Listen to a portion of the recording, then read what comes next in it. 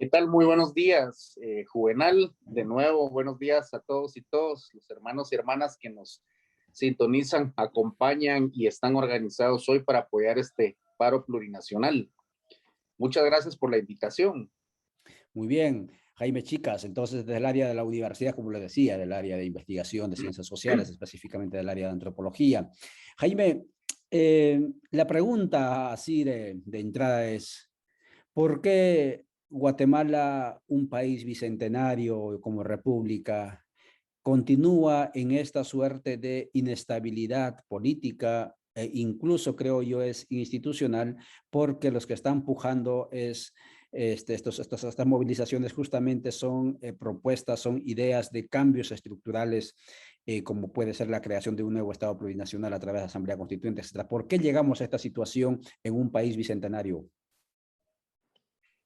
Bien, bueno, pues esta es una pregunta, ¿verdad? Bastante compleja, Juvenal, pero creo que podemos responderla iniciando por lo más sencillo, lo más práctico y es el hartazgo, creo yo, ya de la... ¿Cuántas? ¿Perdón? Te escuchamos, Jaime. ¿Cómo no? Sí, sí, decía que partiendo del hartazgo ya de una población que ya no aguanta más, un sistema que ya no da para más, que podemos analizarlo y lo vamos a hacer y lo hemos hecho en este espacio desde una perspectiva histórica, social, ¿verdad? Económica, pero que partiendo desde la practicidad, desde los elementos más sencillos, pues es una población, decía, que está ya harta o que estamos ya hartos, no solo de este sistema histórico de corrupción, sino que como ustedes lo anuncian también, o nosotros lo hemos estado compartiendo en las redes, como lo dice el afiche, no solo es la corrupción, sino también el tema de la impunidad, ¿verdad? Porque no solo es un sistema que sabemos que ha sido corrupto desde el principio, ¿verdad? Que es un sistema histórico corrupto, sino que también estamos hartos de la impunidad, ¿verdad? Que no hay ninguna consecuencia para el sector dominante, para el bloque histórico dominante, estas élites, estos grupos de poder que a sus anchas se organizan, como acaba de decir hace algunos minutos Leira, en la pregunta que le hacías, no nos sorprende, ¿verdad? Que toda esta organización que se está orquestando desde el sistema de justicia, eh, desde, los, eh, desde los diferentes sectores económicos, etcétera, están organizados para seguir empobreciendo a los pueblos de Guatemala, ¿verdad? Entonces, vemos que no hay ninguna consecuencia para estas personas que a sus anchas siguen organizándose para poder legislar a favor de sus intereses. Cada vez nos sentimos más presionados, cada vez hay más necesidades, hay más hambre, hay más enfermedad, hay más inseguridad. Y creo que el pueblo, pues, y los pueblos en general en Guatemala estamos ya hartos, indignados de este contexto. Por Jaime, poner algunos, sí, por favor. sí, excelente. Y yo creo que ese contexto que planteas, que mencionas, es justamente la gráfica, ¿no? A brocha gorda, ¿no? De lo que está generando esta situación. La otra pregunta, Jaime, que nos nace es, claro, tú y yo compartimos la misma generación, pero también sospecho que compartimos el mismo privilegio de estar en el rango social con un acceso, con un grado de escolaridad, digamos, privilegiada. Eh, la pregunta es, ¿por qué son justamente los no ciudadanos, los que no cuentan para el Estado, para la nación oficial, digamos así, quienes salen a protestar planteando cambios estructurales? ¿Y por qué no necesariamente nosotros, que en alguna medida hemos bebido de los beneficios, entre comillas, como puede ser la universalización de la educación, etcétera, no estamos como en otras épocas? O como ocurre también en otras partes, ¿no? Están también en las calles, como el tema, por ejemplo, en Chile, ¿no? Las juventudes que han empujado, etcétera. No estamos, no necesariamente somos nosotros los que tenemos mayor información, mayor, entre comillas, cultura hegemónica en el cerebro, que estamos en las calles. ¿Por qué otros sectores excluidos están en las calles? ¿Cómo analizas eso? Sí, yo creo que en este momento histórico en nuestro país estamos nosotros padeciendo de una desarticulación, de un divorcio total entre el sector académico, la universidad pública, sobre todo que ha sido cooptada por todo este sistema de poder corrupto, ¿verdad? E impune que hemos estado hablando, y hemos tenido todo un proceso violento a partir ya de la década de los 80, donde inicia una persecución violenta, una persecución fuerte, profunda a los pensadores y a las pensadoras universitarias, a tal grado que no solo asesinan a gran cantidad de ellos, sino que también muchas personas tienen que ir al exilio, y en el exilio pues se genera también una desarticulación. Y en este proceso, digamos, ya en los años 90, cuando nos entra con un fuerte impacto las políticas neoliberales, ¿verdad? Ya a la región, pues la universidad pública y popular se desorganiza, se desarticula, se empieza a construir un nuevo paradigma educativo que individualiza, ¿verdad? Que nos plantea la profesionalización como un medio con la posibilidad de movilización social, de poder adquirir, ¿verdad? De poder consumir, tener mayores ingresos, y nos desconecta de todas las necesidades, ¿verdad? De las otras clases sociales, de la clase social, de las clases medias, de las clases populares, y esa desconexión la vemos hoy en la universidad, ¿verdad? Que es una universidad que está ajena, que es ajena a ese dolor, a ese sufrimiento, a esas necesidades populares, ¿verdad? Y que por lo tanto, pues no genera un sujeto crítico, no está generando un sujeto solidario. Por el otro lado, los pueblos también han empezado a construir a contracorriente, ¿verdad? Esta conciencia que siempre ha estado instalada en los pueblos, pero que esta violencia que menciono tan fuerte durante la guerra interna e histórica, mucho más allá, pero para venir a la actualidad, esta guerra interna que desarticuló, que desmovilizó, que asesinó, ¿verdad? A los pueblos en Guatemala, hasta hoy estamos empezando de nuevo a poder rearticular un sujeto con esa capacidad de organización y movilización, ¿verdad? Que no permitían las políticas de exterminio durante los años 70, 80, y que hasta los años 90 en una gran articulación continental vemos nosotros que los pueblos vuelven a entrar en una comunicación y en una organización muy importante, y que empiezan a cuestionarse sobre todo este sistema racista en el que se basan los proyectos de nación, tanto en Guatemala como en Latinoamérica, ¿verdad? Y parte de este hartazgo que hablábamos al principio, parte de esta posibilidad de organización entre los pueblos que empiezan a organizarse, a decir ya no más, ¿verdad? A tener esta capacidad, vemos también elementos concretos.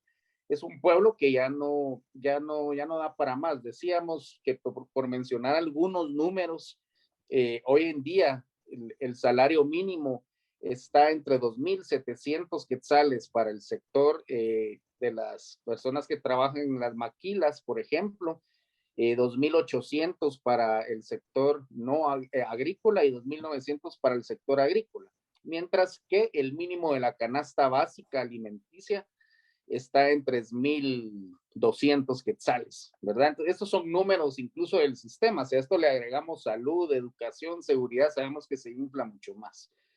Cuando a un pueblo ya no le cuadran sus centavos, como decimos nosotros coloquialmente, ¿verdad? Cuando un pueblo ve a sus hijos enfermos, ve a sus hijos con hambre, ve que no hay trabajo, y que encima el sistema se vuelve a organizar, el sistema se organiza para seguirlo explotando, para seguirlo reprimiendo. Quiero que todos estos elementos se van sumando, ¿verdad? Y lo que van a hacer es que van a generar un movimiento, digamos, popular, que solamente va a ser escuchado a partir de una organización y de acciones como las del paro que estamos viendo hoy, ¿verdad?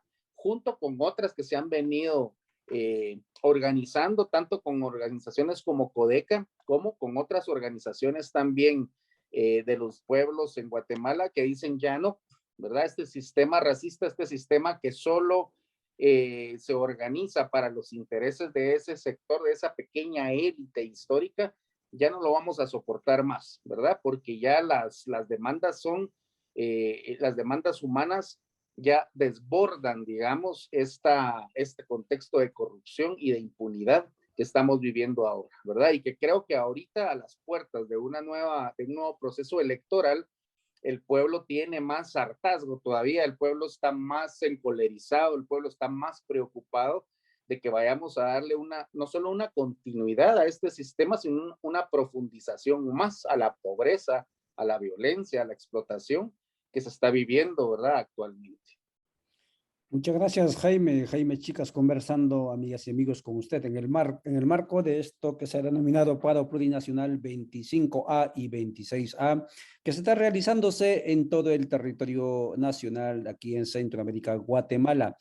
Oscar Bram nos dice, ojalá y logren su objetivo, hay que sacar a todos los políticos corruptos que nos gobiernan, urge que el pueblo de Guatemala despierte, dice Oscar. Roberto López dice, vamos pueblo, todos juntos haremos una patria mejor. Amigas y amigos, este canal, Codeca Guatemala, Radio Victoria, Rocinaco Internacional y los otros medios donde estamos transmitiendo es su ventana. Ponga sus mensajes, ponga sus preguntas, comente, comparta contenidos y de eso se trata. Jaime, antes de entrar a la parte que también nos convoca, que es lo que estás indicando, ¿no? Están hartos de un sistema, claro, saben lo que no quieren, ¿no? Pero ¿qué es lo que quieren? Esa es la pregunta pendiente y sería interesante abordar ello. Yo quería hacerte la consulta de esta situación, el empeoramiento, y que lo indican también en los diferentes colectivos, organizaciones que están saliendo hoy, ¿no? Como las autoridades ancestrales en Palín anunciaron que ya salían hoy y mañana, en el Altiplano y otras organizaciones que están saliendo, juntamente también con este movimiento Codeca. Y una de las razones es el alto costo de la canasta, el encarecimiento del costo de la canasta básica, de los combustibles, de los ingredientes agrícolas, etcétera. Pero eso es producto de una supuesta guerra, ¿no? Continental, no sé si es intercontinental porque Estados Unidos ingresó allí desde otro continente, pero una guerra que al parecer no nos tiene que afectar, porque en primer lugar, como solíamos decir en otros momentos, nosotros no consumimos combustible ruso, ¿sí? No consumimos la harina del trigo de Ucrania, ¿no? Pero más sin embargo, los productos alimenticios se tiraron hacia el cielo, ¿sí? O sea, hacia la estratosfera. Y es más, terminará la guerra y están en tratativas para poder concluir, pero los precios no van a volver a bajar, no van a bajar. ¿Sí? Y muestra de eso es cuando el combustible estaba en, ¿qué? 90, $80 el barril. El precio del combustible estaba alrededor de pues, 30, 28. Llegó a 130 y subieron hasta 40, 45. Está hablando de diésel. Ahora está otra vez en los 90, no vuelven a bajar. Al parecer, Jaime, que esta guerra comercial financiera tenía la intencionalidad de buscar recursos desde donde no había para poder inyectar a los que dominan o a los que definen las finanzas del sistema mundo. ¿Cómo se para eso? ¿Cómo le hacemos frente a estas corporaciones mundiales, transnacionales, financieras, económicas, que están sacando plata, digamos, de nosotros, desde donde no pueden, para seguir sosteniendo una economía, digamos, eso, en el vacío, ¿no? ¿Cómo resolvemos eso, Jaime? Bueno, este es un problema realmente profundo, ¿verdad? Serio, porque requiere de cambios que no vamos a tener a la mano en el corto plazo, ¿verdad? Requiere de una organización seria, de una organización que convoque a la gran mayoría de sectores populares, estudiantiles, académicos, campesinos en el país para caminar. Yo lo veo en dos vías. Lo primero es poder nosotros transformar el sistema sociopolítico y económico del país. Y eso no lo podemos lograr si nosotros no tomamos también el poder, ¿verdad? Porque sería muy ingenuo pensar que solamente con acciones aisladas con acciones de protesta podemos llegar a eso, ¿verdad? Aparte de estas acciones concretas como la de los paros, que son importantes porque es un momento de reflexión, ¿verdad? Es un momento necesario para hacernos escuchar, para expresarle a toda la sociedad que es necesaria la organización, porque este sistema ya no da para más, es necesario, pero más allá de estas acciones, también tenemos que tener en cuenta que es necesario tomar el poder y para eso hay que organizarnos también en el espacio político, ¿verdad? Y en el espacio político es también poner atención y apoyar las acciones que se están llevando desde las diversas formas de organización. Una de ellas es, por ejemplo, el brazo político, ¿verdad? De COECA, el MLP, que ha estado pujando por esta asamblea popular y plurinacional, que lo que nos o lo que nos ofrece es la posibilidad de transformar las reglas del juego, ¿verdad? De construir un nuevo pacto social, ¿verdad? Para llegar al poder, digamos. Ese es uno de los primeros pasos y como decía, es un caminar arduo y largo, ¿verdad? No es algo de corto plazo, pero que sí le tenemos que poner atención. Con estas cuestiones también, como las que se están haciendo hoy, 25 y mañana 26, también hacer el llamado a las compañeras y a los compañeros de ver los resultados y la necesidad de la organización para que más allá de estas acciones, como decía, también podamos organizarnos en el espacio político para tomar el poder local tan importante, ¿verdad? Es como ir construyendo poder desde las localidades, poder desde las comunidades, ¿verdad? Desde las bases comunitarias para poder nosotros entonces ir en una escalada hasta alcanzar este poder nacional y poder transformar este Estado, ¿verdad? Que lo que ha buscado siempre históricamente es negar, discriminar, anular, ¿verdad? E incluso aniquilar a esos otros pueblos, ¿verdad? Que han estado históricamente aislados totalmente, simplemente que han sido parte del trabajo forzado, de la explotación para la acumulación de este bloque dominante.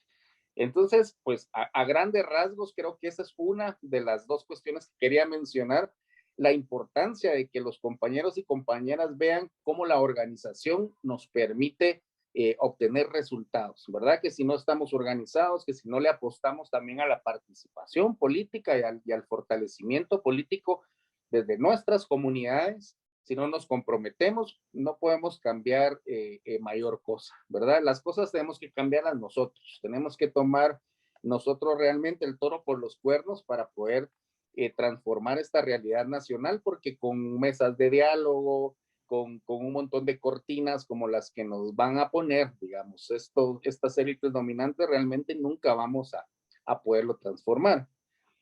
Y de esta manera la única posibilidad que nos han dado como ejemplo otros pueblos hermanos en Latinoamérica, que a partir de poder hacernos del poder, pero de un poder popular, de un poder plural, ¿verdad? De un poder en donde haya una participación democrática real de todos los pueblos, todos los sectores, solo así podemos también nosotros a nivel internacional asociarnos con otros estados que estén en la misma vía, que estén en el mismo camino y que estén en la búsqueda de poder apoyar y construir mercados solidarios, mercados desde otra perspectiva, en donde no van a ser relaciones económicas no equitativas, desiguales, ¿verdad? Sino donde podamos nosotros también negociar con esos otros estados hermanos la adquisición, la exportación e importación, digamos, un proceso económico con unas reglas del juego, con unos pactos económicos solidarios, ¿verdad? Justos, humanos, ¿verdad? Que creo que es lo que nos han demostrado desde ya hace algunas décadas la experiencia de los hermanos suramericanos, ¿verdad? Que es posible generar otras relaciones económicas, es posible generar otros procesos productivos, económicos, políticos, desde la solidaridad, desde la humanidad y no desde el pensar y el planteamiento mercantilista, que es lo que estamos viviendo nosotros actualmente, ¿verdad? El Estado guatemalteco simplemente sirve de correa de transmisión para el saqueo, para el despojo de los grandes centros de poder, sin hacer absolutamente nada, al contrario, legislando a favor de esas grandes transnacionales, ¿verdad? Legislando a favor de que estos precios, como mencionaba, Juvesen, no solo sean abusivos, sino que lo que se ve es que van a permanecer e incluso incrementarse, ¿verdad? Y que lo que va a pasar es que entonces esta población que estamos diciendo, estamos ya en el hartazgo estamos ya en el momento de que se reviente, digamos, todo este sistema, porque ya no responde a ninguna de las necesidades.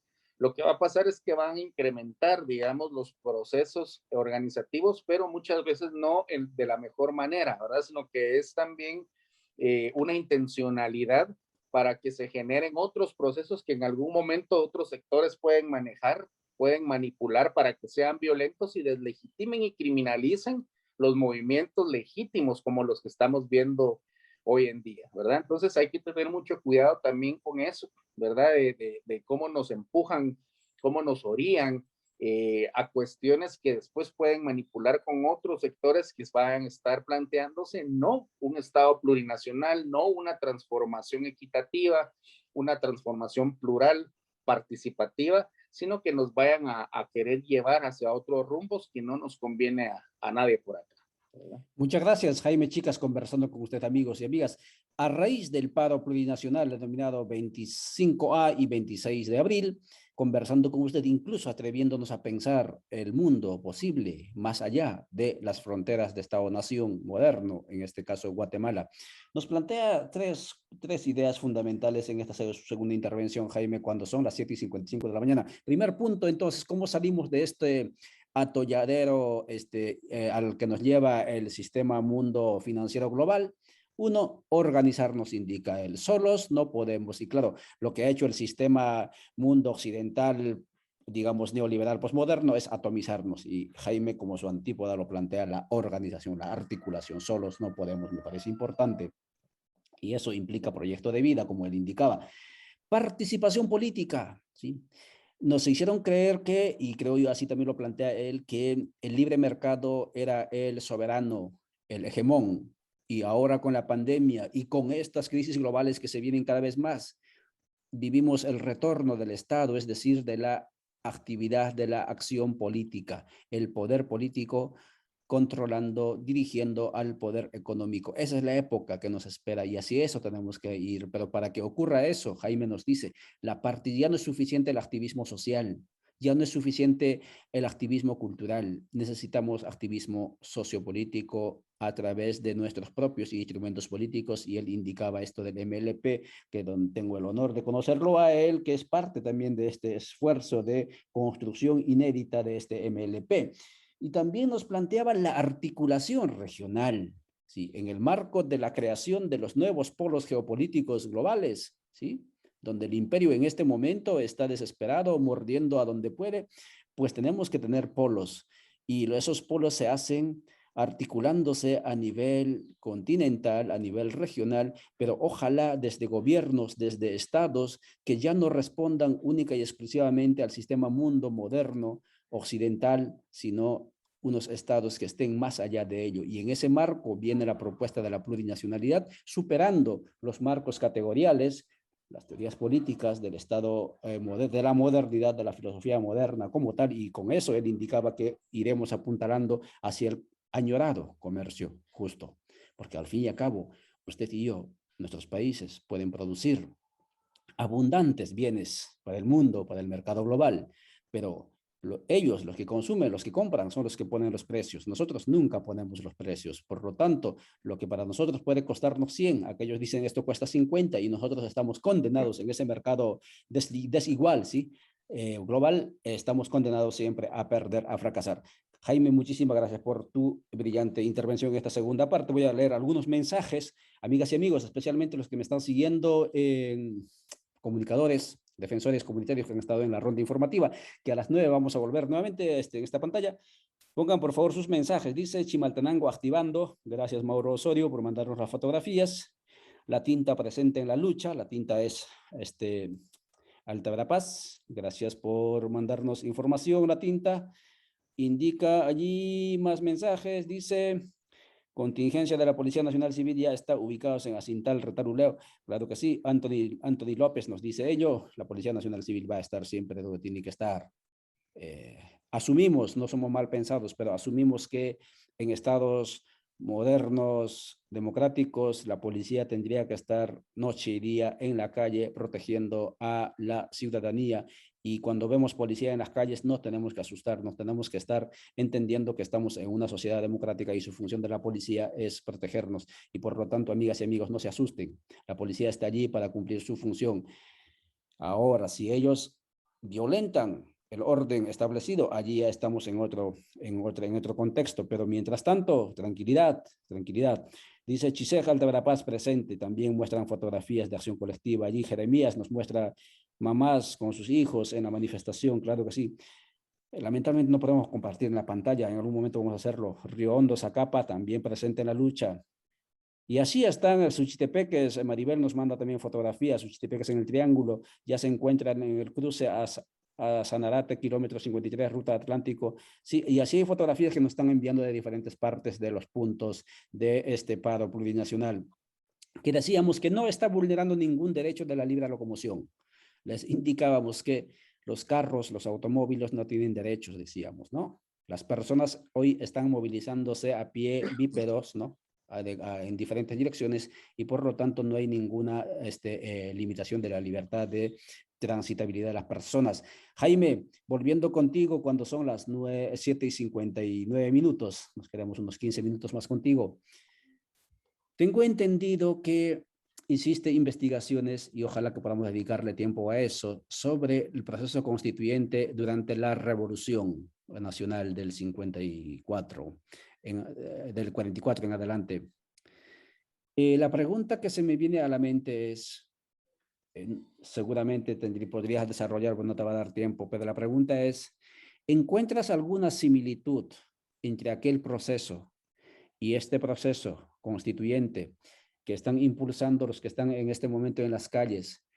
Porque en aquella época, aunque no eran los mismos actores, no venían de esos nichos sociales, digamos, campesinos, etcétera, necesariamente los que estaban impulsando ese proceso. Su sueño, su horizonte era cambios estructurales. No lo llamaban buen vivir, llamaban revolución, pero eran cambios estructurales profundos.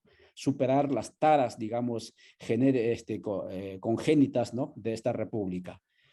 Ahora, 200 años después, el mismo camino. ¿Encuentras alguna similitud en cuanto a esa proyección, incluso en cuanto a las propuestas? Adelante, Jaime. Sí, gracias, Juvenal. Bueno, sí hay unas similitudes tal vez generales en el espíritu de la transformación del Estado, digamos, que en este momento de la revolución lo que se buscaba era romper sobre todo esta perspectiva dictatorial, ¿verdad?, que se venía dando en las anteriores formas de organización, y se buscaba un espíritu más democrático, ¿verdad?, la apertura de participación social y política, sobre todo, de una diversidad, de una palestra de partidos que antes no tenían, digamos, la posibilidad, ¿verdad? Ya se estaba hablando de toda esta participación necesaria de las mujeres, de las juventudes, ¿verdad? Que de todos los sectores sociales, no solo de la antigua clase política, ¿verdad?, que venía participando, sino que se adhirieran, digamos, a la participación y a convocar, digamos, a esos nuevos partidos políticos, personas de todos los sectores, ¿verdad? También de los sectores populares, es decir, ya una ruptura de pensar la política solamente desde la academia, ¿verdad? Sino que abrir la política en este momento revolucionario era abrir la política a toda la población, ¿verdad? Que todos se entendieran como sujetos con posibilidad transformadora, ¿verdad? Con posibilidad de participación política. Y creo que esa fue una de las grandes o de los grandes aportes de la revolución del 44, ¿verdad? Decirle a la sociedad, miren, ustedes todos pueden hacer política, ¿verdad? Todos tenemos no solo el derecho, sino la posibilidad de transformar. ¿Verdad? Entonces creo que una de las grandes similitudes con este contexto es que hay una participación amplia y hay una claridad de que el sistema este sistema no responde, ¿verdad? No da para más, insisto, en este sentido. Ya está esa claridad en todos los sectores de que esto hay que transformarlo de una u otra forma. Creo que ahorita no tenemos todavía la claridad del camino y eso es lo que nos toca construir, ¿verdad? Como tú decías al principio, cada quien en su espacio, en su papel, nos toca ir empezando a abrir el diálogo entre todos para ver la ruta, ¿verdad? Y aquí hay propuestas concretas, propuestas serias como la del Estado Plurinacional y la Asamblea Popular Constituyente. La gran diferencia es que en aquella época el gran ausente o los grandes ausentes eran los pueblos, ¿verdad? Tanto los pueblos mayas originarios de Guatemala como los pueblos mestizos populares, ¿verdad? Los pueblos en general, la población afrodescendiente, es decir, toda esa otredad, ¿verdad? Ese otro que ha quedado siempre excluido de este proyecto de Estado-Nación moderno guatemalteco, era el gran ausente, ¿verdad? Entonces creo que eso es algo que marca la diferencia y que da la riqueza en la propuesta actual, a diferencia de aquella época, ¿verdad? Que hoy tenemos mayor riqueza y mayores posibilidades de construir una forma estatal que permita la participación, pero real, concreta, ¿verdad? De todos los sectores, porque estamos presentes todos, ¿verdad? Es decir, ya no hay nadie que se esté quedando atrás, ya no hay nadie que piense quedarse en silencio, ¿verdad? Vimos el concierto de voces, es amplio, ¿verdad? El paro plurinacional de hoy y de mañana creo que lo demuestra, ¿verdad? No es un sector geográfico quien está, no es el altiplano, ¿verdad? O no es la gente del oriente, sino que vemos que a nivel nacional hay ya una organización, está ese concierto de voces que en este momento no estuvo presente, ¿verdad? Entonces creo que eso nos da, esto potencializa, digamos, ese espíritu revolucionario que hemos heredado del 44, ¿verdad? Ese espíritu de la participación abierta, pero hoy es aún, más allá de lo abierto, es diversa, ¿verdad? En aquella época era abierta, no diversa. Si podemos hacer una crítica, digamos, a este momento de la revolución, uno de los grandes lastres ahí fue que las mentalidades racistas se siguieron reproduciendo, ¿verdad? Había un ánimo progresista, pero la mentalidad racista aún se reproducía. Y creo que hoy en día, aunque es un sistema, por supuesto, racista, discriminador, ¿verdad? Porque está uno de los grandes pilares de este Estado-nación, que es el racismo.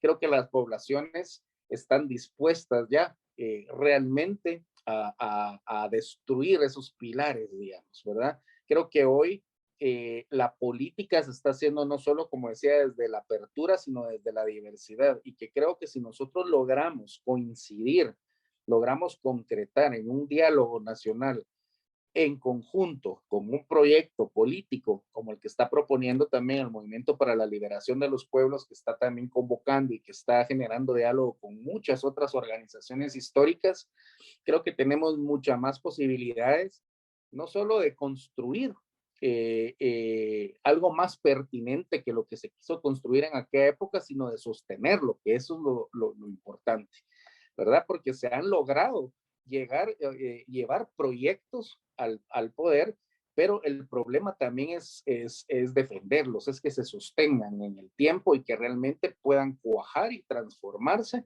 en una nueva forma estatal, en una nueva forma de organización política, en un nuevo pacto, ¿verdad? Entonces creo que hoy tenemos no solo la posibilidad de llevar al poder un proyecto plural, un proyecto de todos, sino que también tenemos la fuerza y la capacidad de sostenerlo, porque creo que eso es realmente parte de lo que parte del éxito para la construcción de esa nueva forma que todos soñamos, ¿verdad?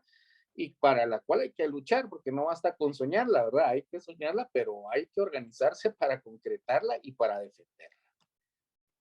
Muchas gracias, Jaime. Chicas, conversando con ustedes, amigos, a raíz de esta coyuntura efervescente que se cuaja en el país en el marco del paro plurinacional 25 de abril, 26 y 26 de abril, convocado por diferentes organizaciones sociales, uno de ellos Codeca, pero también hay otras organizaciones que están moviéndose hoy. Con un horizonte un tanto diverso, por un lado, ¿sí? Pero por otro lado también con un sentimiento compartido, como muy bien lo utiliza ese término Jaime el hartazgo. Está conversando con usted, analizando esto de el horizonte, hacia dónde. Y en ese marco, Jaime nos deja una idea fundamental, que los horizontes de luchas son producto de la acumulación histórica. Y en ese sentido, la revolución del 54, 44-54, que Jaime estudió el proceso constituyente de aquella época, que tuvo su proceso, su asamblea constituyente y su constitución, nos heredó, dice él, la conciencia o la motivación a que nos convirtiéramos en sujetos políticos todos. Todos teníamos la potencialidad de convertirnos en sujetos políticos. Sujeto revolucionario indica él. Y como es acumulación histórica, y él también indica sobre eso, entonces en esta época se sigue ese horizonte, ¿no? Ese planteamiento, esa posibilidad, ¿no? Ese aporte, pero se acumula, se suma el carácter de la pluralidad, ¿sí? Es la diversidad de pueblos, sectores y nacionalidades ahora pujando, pues, procesos de sueños de cambios, ¿no? Pero que en esta época lo llaman de una manera diferente, pero al fin y al cabo es el camino, y nos indica Jaime.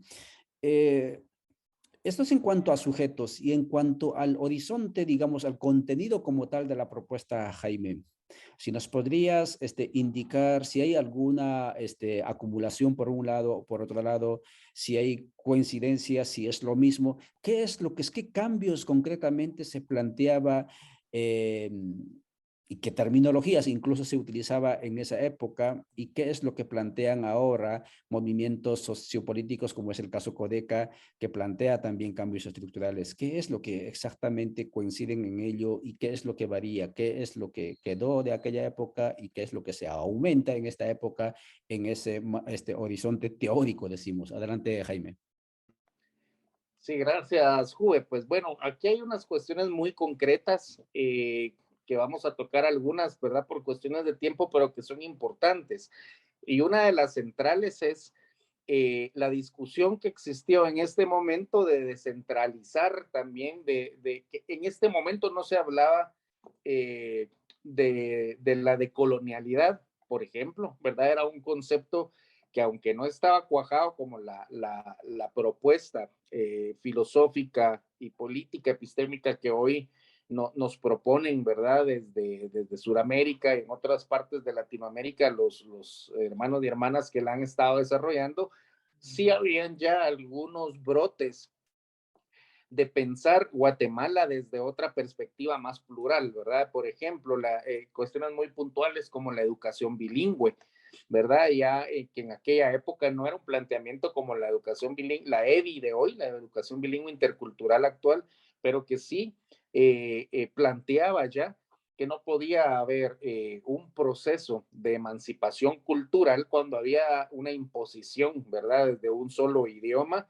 a una sociedad tan diversa, ¿verdad? Con presencia de una diversidad de identidades culturales, de pueblos, de nacionalidades, ¿verdad? Entonces ahí creo yo que había un primer intento ya de romper, digamos, esa perspectiva de querer imponer una sola cultura, la cultura hegemónica, ¿verdad? Y se buscaba entonces esa emancipación o esa liberación a partir de poder generar procesos educativos, procesos productivos, políticos en el propio idioma, ¿verdad? Creo que esa ya era obviamente, para la gente de este tiempo, ¿verdad? Porque no podemos hacer una descalificación total desde el presentismo, pero ya era un aporte bastante importante.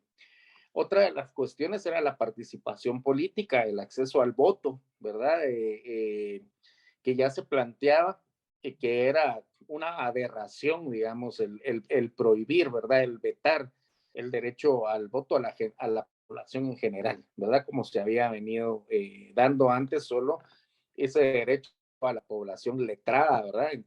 Entre comillas, y creo que es también una cuestión que nos va a dar a nosotros una gran riqueza para poder plantear más adelante procesos participativos como los que hemos visto, ¿verdad? A partir de ese contexto histórico hasta el día de hoy, que aunque se ha tratado por todos los medios, a partir de todas estas políticas anticomunistas que buscan criminalizar cualquier tipo de organización reivindicativa, ¿verdad?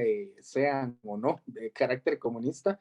Sin embargo, los pueblos han tenido tuvieron la posibilidad de acceder a este derecho y creo que eso le ha dado una gran riqueza también a las posibilidades de organización y de proyección política también en las comunidades que antes no se tenían.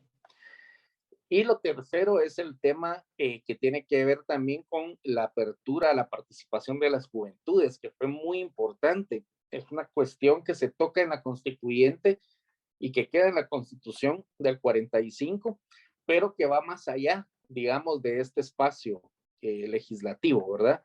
Y que dio la oportunidad también de poder enriquecer la propuesta política revolucionaria desde una mirada también diferente, que es la de las juventudes, que siempre estuvieron, aunque siempre organizadas y en lucha, y han sido el motor también de la historia, ¿verdad? Las organizaciones de las juventudes nunca tuvieron una participación real.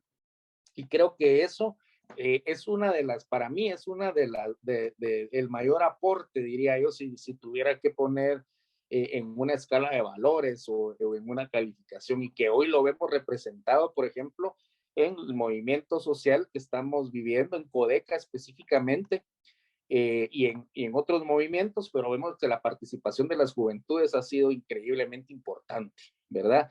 Es decir, la organización comunitaria, el papel que están teniendo en la organización comunitaria, el cómo se está resignificando el uso, por ejemplo, de las redes sociales virtuales, ¿verdad? Como los jóvenes, como vos siempre lo has mencionado en el programa y alentado con un teléfono, ¿verdad? Un simple dispositivo móvil, ellos están captando en tiempo real, ¿verdad? Situaciones que están pasando de violación a los derechos o están generando actividades en donde están comunicados jóvenes de todo el país, ¿verdad? Expresándose en determinados días que se conmemoran determinados temas de lucha, o están ellos transmitiendo sus asambleas comunitarias. Creo que esa fuerza también de la participación de las juventudes que abre, ¿verdad? La revolución del 44 hoy en día es también uno de los mayores aportes que nosotros vemos acá, ¿verdad? Y esa formación que cada vez pasa más del uso casual y cotidiano de las redes a una formación, ¿verdad? Que vemos a estos chicos, a estas chicas en sus comunidades también formándose en diplomados de periodismo comunitario, ¿verdad? Formándose en uso y análisis de las redes sociales, es decir, va más allá a una profesionalización también de cómo poder utilizar esos recursos para fortalecer su propio movimiento y que este movimiento también se pueda convertir en algo más concreto, ¿verdad? Como es esta posibilidad del Estado plurinacional. Pero creo que Codeca no puede negar en ningún momento que ha sido el gran motor, ¿verdad? Las juventudes comunitarias han sido parte de su gran motor. Y esto creo que es una de las grandes herencias, ¿verdad? De la revolución del 44 y que en esta constituyente pues se queda plasmado también, ¿verdad? En la apertura. Estábamos hablando que el promedio, la media de edad de los constituyentes y luego de los diputados del Congreso ya del 45 era de 26 años, ¿verdad? Estamos hablando de que era un Congreso evidentemente joven, ¿verdad?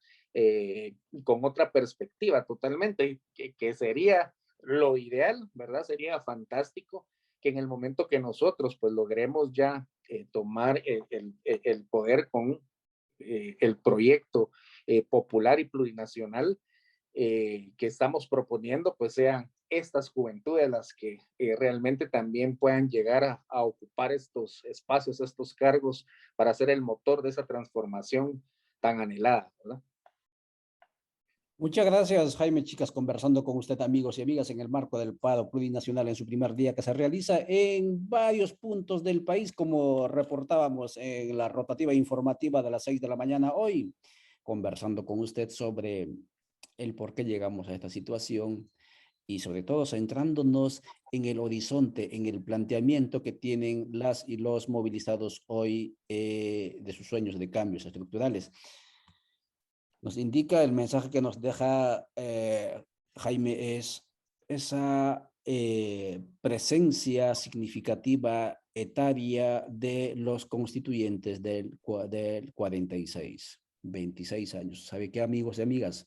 No estamos locos cuando decimos la juventud tiene que tener mayor presencia en los espacios de representación política, social, cultural en un país, porque Guatemala tiene alrededor del 60% de su población joven. Y es un país donde para ser presidente te está prohibido ser joven. Para ser presidente tienes que ser 40 años o más.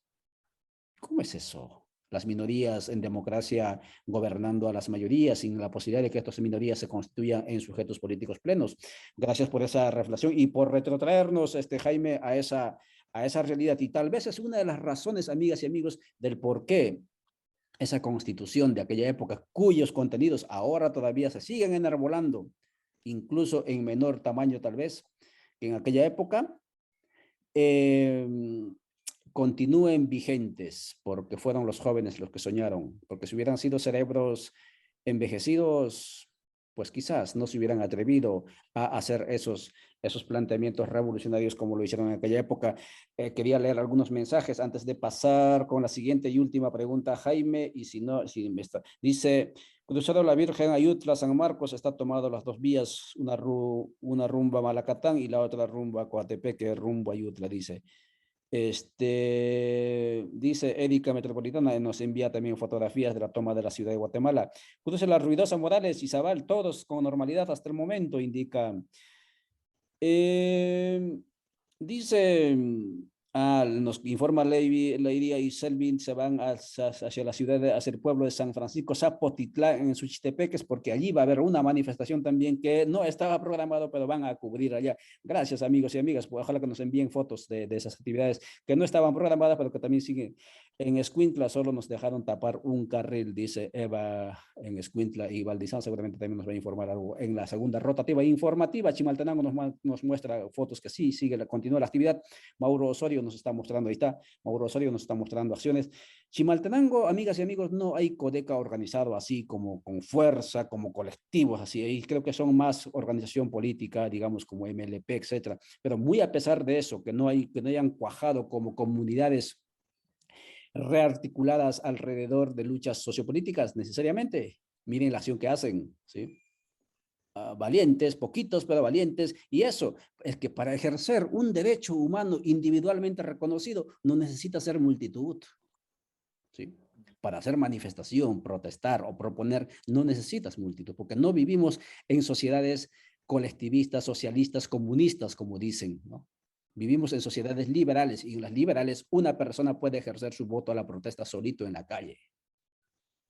Si es que si somos liberales para algunas cuestiones, seámoslo para todos, ¿sí? Y no cuando protesta uno dice, estos son poquitos, no tienen derecho a protestar. No, no es cuestión de poquitos o muchos, ¿sí? Bueno, vayamos, Jaime, no vamos a comentar más. Vayamos contigo, Jaime, finalmente. La pregunta del cajón, y no sé si es atrevida o no.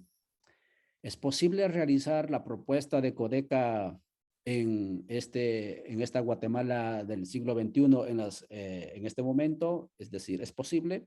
Yo sé que la respuesta va en la misma pregunta porque estamos viendo la realidad, etcétera, o el proceso, pero coméntanos, por favor, si es viable o no la posibilidad de convocar o exigir al gobierno y hacer posible que se convoque a una consulta popular a través del 140 y 173, si mal no recuerdo, el artículo de la Constitución, que dice que temas de trascendencia política deberían ser resueltos mediante consulta popular y entrar a la Asamblea Constituyente. ¿Es posible hacer ese proceso, Jaime? Sí, creo que sí, no solo es posible, sino que es urgente, ¿verdad? Creo que ahorita tenemos todas las condiciones, tanto objetivas como subjetivas, ¿verdad? Me refiero a objetivas por lo que ya hablamos durante toda esta hora, ¿verdad? Ya dimos algunos datos reales, pero también aquellos que están más allá de los simples números, ¿verdad? Ya la población sabe que ya esto no puede continuar, ¿verdad? Es una situación de hambre, una situación realmente preocupante, pero también están las condiciones objetivas, ¿verdad? Nos han dicho, como lo acabas de mencionar, y lo hemos platicado en otros espacios, ¿verdad? Nos han dicho que es imposible, que legalmente esto no se puede, pero no es así, ¿verdad?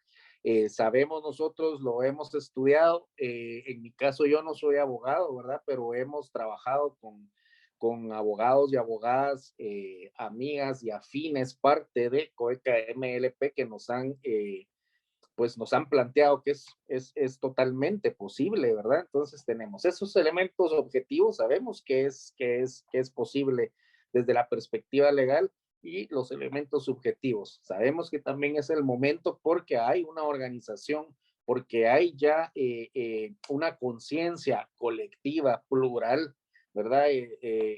Dispuesta a participar en este y a empujar este proceso urgente, ¿verdad? Porque no podemos esperar incluso el próximo proceso electoral bajo estas mismas reglas del juego, ¿verdad? Vemos ya la cooptación que hay de las cortes, vemos ya la reorganización que hay en el Congreso, en el Congreso de la República. Vemos ya, digamos, todo con lo que está montado para este próximo proceso y creo que es el momento justo para que nosotros podamos organizarnos y empujar esta propuesta. Totalmente posible, claro que sí, desde mi perspectiva juvenil y sobre todo urgente, ¿verdad? Y agradezco mucho el espacio. Sé que es un espacio corto porque el protagonismo lo tienen las y los compañeros en el campo que son quienes están el día de hoy ahí representándonos a todos nosotros, ¿verdad? Porque nos representan y luchan por todos nosotros. Y en ese sentido agradezco y me pongo a las órdenes y a la disposición en lo que pueda seguir colaborando durante este día y mañana también en el análisis de lo que está sucediendo.